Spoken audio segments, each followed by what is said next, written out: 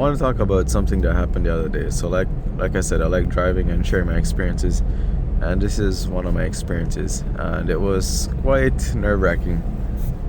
So I allegedly was doing some donuts in a closed course private parking lot, and on the way home, the car was just vibrating like crazy.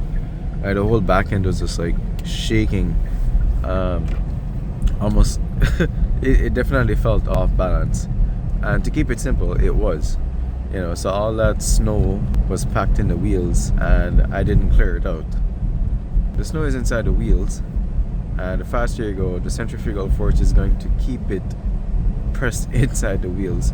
So it was only when I was slowing down, then you could see some of the snow falling out behind me, and then eventually after a couple minutes of driving and so on, it started to smooth out. But man, the things that were going through my mind were like, did I fuck up my car, or like, is this car even good? Because like I wasn't even like doing anything crazy. It was just very light throttle, and I wasn't even going fast in circles. It was pretty slow, pretty controlled, and I thought I screwed up the car. But no, it's fine. It was completely fine.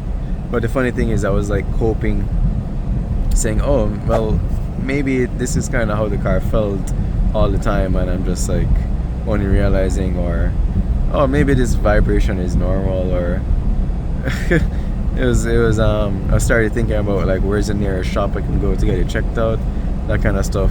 Apparently it's a pretty common occurrence. So yeah, if you're gonna do that kind of stuff, make sure you clean the snow out, because just imagine those tiny little weights that they put inside the wheels just to balance it. Can you imagine like a big lump of snow? That thing has mass, and those speeds, those RPMs, it's going to oscillate, and the higher speeds you go, the higher the oscillations, higher amplitudes, which basically means the bigger vibrations. And if you're driving with that kind of vibration for prolonged periods, you can actually cause damage.